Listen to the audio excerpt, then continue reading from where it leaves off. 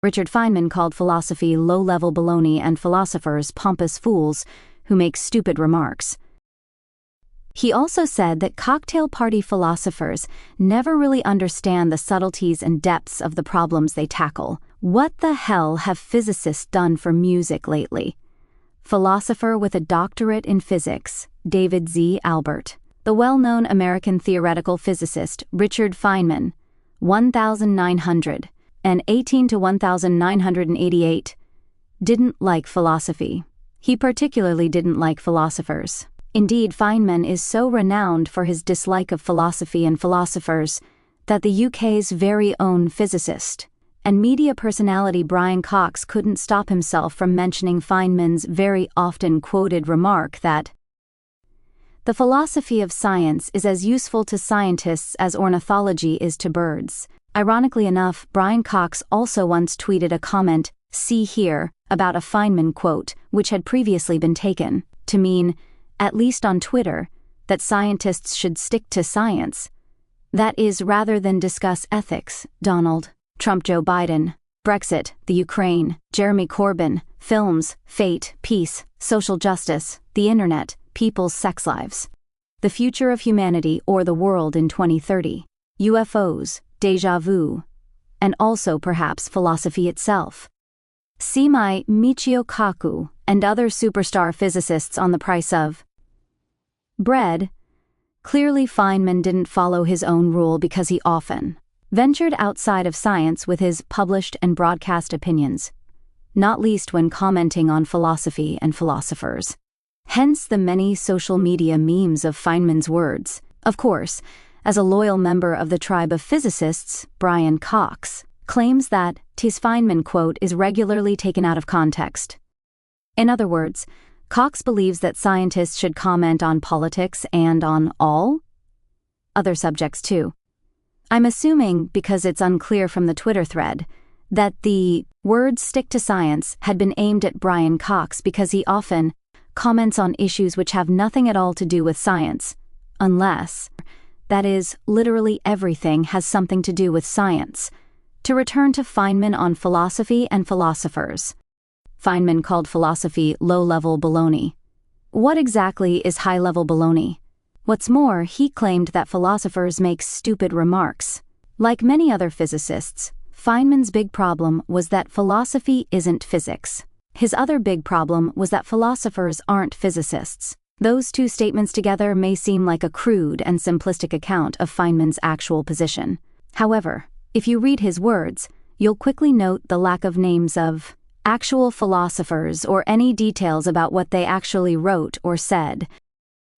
This state of affairs was replicated by the German theoretical physicist and YouTube presenter Sabine Hossenfelder. For example, she wrote an article called "Electrons Don't Think" on the philosophical position of panpsychism. In that article, she doesn't quote a single panpsychist, tackle a single argument in support of panpsychism, or even paraphrase a single panpsychist's words. See my Sabine Hossenfelder doesn't think about panpsychism. So now take Feynman's claim that philosophers never really understand the subtleties and depths of the problem. Ironically, it's worth noting here that Feynman himself once uttered the following, also often quoted soundbite. I think I can safely say that no one understands quantum mechanics. To be honest, I find Feynman's remark purely rhetorical. After all, it's fairly clear that Feynman didn't have too much time for the interpretations of quantum mechanics, let alone for the philosophy of quantum mechanics. Perhaps more accurately, Feynman didn't publish anything on the interpretations of quantum mechanics. There are, however, papers such as Feynman's Interpretation of Quantum Theory. In other words, Feynman knew all of the relevant mathematics. The trouble was, as science writer Philip Ball, 1962, puts it in his book Beyond Weird, that's all he could do. What's more, to Feynman, quantum theory works, though without our knowing what it's about. One can guess that is from the overall context, that Feynman's claims basically mean that all philosophers don't understand the mathematics and all the technical details involved in physics. Or, to put it more simply, Feynman was basically saying that philosophers don't know as much about physics as physicists, or at least not as much as physicists like him. In that sense, then, theoretical physicist and cosmologist Stephen Hawking, some 40 or more years, later replicated Feynman's views when he stated that philosophers haven't kept up with physics. Indeed, in his book The Grand Design, Hawking went into more detail as to what he thought about philosophy in the following passage. Traditionally, these are questions for philosophy, but philosophy is dead. Philosophy has not kept up with modern developments in science, particularly physics. Scientists have become the bearers of the torch of discovery in our quest for knowledge. Yet, of course, if philosophers knew as much about physics as physicists, then they'd probably actually be physicists. Did Feynman only dislike the philosophy of science? Some commentators and readers may say that it was only the philosophy of science, as in the philosophy of science, is as useful to scientists as ornithology is to birds, that Feynman had a problem with. Indeed, Feynman did once say that what science is not what the philosophers have said it is. Feynman also went on to say that science is certainly not what the teacher editions say it is. In that sense, then, Feynman's position was later replicated by the American theoretical physicist Lawrence Krauss 1954, when, in an interview with Ross Anderson, he said, "The worst part of philosophy is the philosophy of science. The only people, as far as I can tell, that read work by philosophers of science are other philosophers of science." Despite that, Marcus Munafo, a professor of biological psychology, and George Davy Smith, the director of the MRC Integrative Epidemiology Unit at the University of Bristol, have written the following words. Richard Feynman once claimed that the philosophy of science is as useful to scientists as ornithology is to birds. We disagree. Who knows?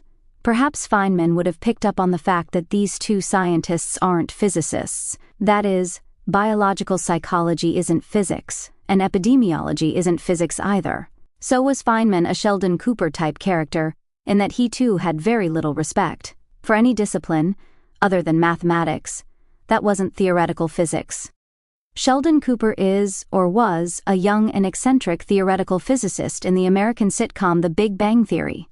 In any case, and as David Z. Albert, 1954, put it in a video debate, "What the hell have physicists done for music lately?" To repeat, when you read Feynman's words, it's clear that he had a problem with just about all philosophy. Various reasons have been cited for Feynman's antipathy toward philosophy. That is, other than the reason that he couldn't stomach the fact that philosophy isn't physics. For example, according to Stephen Doty, Feynman as a young student had a bad experience with none other than René Descartes. Descartes basically infers that his idea of a perfect God could only have been caused by a perfect God, who therefore must exist. Descartes overlooked that he could have just as well acquired an idea of God from being taught the word as a child from his religious instruction. He might as well have argued that his idea of an ideal woman must have an equal cause, so she must exist too, according to the same commentator. Second, while in graduate school at Princeton, Feynman sat in on a philosophy lecture. The professor, knowing Feynman was a physics student, asked him if an electron was an essential object. Feynman asked back whether a brick is an essential object. Some students said yes, but others said that only the concept of a brick or its brickiness was. They could not agree, so Feynman never answered the question and left saying philosophers used words in a funny way. This account is a little suspicious. I honestly can't believe that any analytic philosopher would ever have asked if an electron is an essential object. Perhaps he might have asked that question about an electron's properties, and for good reason, so perhaps Feynman simply missed out this essential detail when he recalled it. That said, all atoms include at least one electron, and all matter, at least as loosely described, is made up of atoms. Therefore, without electrons, the world as we know it simply wouldn't exist. When it comes to bricks, on the other hand, it can safely be said that the world would be very similar to what it is without them. Indeed, bricks are quite new even to human culture. So that's what happens when people like Feynman try to be both clever and funny. And finally, Feynman's most annoying brush with philosophy occurred at an ethics conference. His group was asked to discuss the ethics of inequality in the fragmentation of knowledge. Feynman wanted to frame a clear question first, but the others saw no need. They wrote their report in a pretentious academic style which frustrated Feynman, so he decided to translate it into plain English. The first opaque sentence reduced to "people read." Pompous fools in the humanities, as he called them, were intolerable. Feynman's apt criticisms of some philosophy. Not to be entirely one-sided and biased, it's worth stating that some of Feynman's criticisms of philosophy are both worthwhile, apt, and indeed philosophical. That said, Feynman's criticisms of philosophy aren't original. That is, some of his criticisms of philosophy had already been stated by philosophers. Take Feynman's references to what seems to have been ordinary language philosophy, or more broadly, linguistic philosophy, which he called dopey. In his lectures on physics, Vol. 1963, Feynman wrote, "We can't define anything precisely. If we attempt to, we get into that paralysis of thought that comes to philosophers. One saying to the other, 'You don't know what you are talking about.' The second one says, 'What do you mean by talking? What do you mean by you? What do you mean by no?'" One philosopher who'd made these points before Feynman was Karl Popper. He partly did so in his paper, The Nature of Philosophical Problems and Their Roots in Science, which was published in 1952, some 11 years before Feynman's words. Indeed, Feynman's words have a Wittgensteinian timbre to them too. What's more, the reign of linguistic philosophy, if that was Feynman's true target at all, only lasted around 25 years roughly, from the 1940s to when Feynman wrote these words in the mid-1960s. It also needs to be said that it was other philosophers who destroyed this school or movement. Incidentally, other philosophers, such as W.V.O. Quine, Hilary Putnam, Karl Popper, Thomas Kuhn, destroyed logical positivism too. See here. One notable critique of ordinary language philosophy can be found in Ernest Gellner's book Words and Things, which was published in 1959. Who knows, perhaps this last fact would have proved Feynman's point too. Let's now go into some detail and tackle the relativity and the philosophers section of the chapter, Relativistic Energy and Momentum, which is from the Feynman Lectures on Physics, Feynman's Relativity and the Philosophers. Perhaps it may seem a little unfair to focus on what Feynman said about philosophers. However, in the section Relativity and the Philosophers of a larger chapter at least, the exclusive theme, here is what philosophers believed about Albert Einstein's relativity specifically when it came to motion. In that section, Feynman never once mentions the views of laypersons, artists, other scientists, or political activists on this subject. Feynman's focus was entirely on what philosophers thought about the issue he tackles, namely what he called physical relativity. As a taster, Dennis Richard Danielson classes this section of a larger chapter from Feynman as a satire which is aimed at those who would reduce physics to either woolly, trivializing philosophy or lazy paradox. Cocktail party philosophers. Feynman uses the term cocktail party philosophers throughout the section Relativity and the Philosophers. I have absolutely no idea who he's referring to. That's primarily because Feynman doesn't mention a single philosopher's name or actually quote anyone. In any case, Feynman then stated that he would henceforth call all philosophers who believed all is relative, that is, the ones he didn't want to embarrass in writing cocktail party philosophers. Personally, I've never come across the phrase cocktail party philosophers, and Feynman doesn't go into much detail about it. Of course, one can easily guess what he meant. So I googled the phrase. That didn't help. All I found were references to Feynman's own use of these words. So it can only be assumed that the phrase cocktail party philosophers was flying around the place in the early 1960s. Alternatively, perhaps Feynman actually invented the phrase. That said, he does put the words in scare quotes. At first, the way Feynman puts the positions of these cocktail party philosophers, and what he says about them as people, makes them seem like pretentious as well as pretty dumb postmodernists or post-structuralists. The problem with that possibility is that Feynman wrote these words in 1963. Alternatively, perhaps Feynman didn't mean real philosophers, whatever they are. Just those people at cocktail parties who think they're philosophers. The problem here, however, is that Feynman did repeatedly attack philosophers, and philosophers without ever mentioning cocktail parties. That is, Feynman attacked professional philosophers. Indeed, when you read all this section, it can be seen that Feynman couldn't possibly have had in mind laypersons philosophizing their arses off at parties. For example, Feynman wrote, "These philosophers are always with us, struggling in the periphery to try and tell us something, but they never really understand the subtleties and depths of the problem."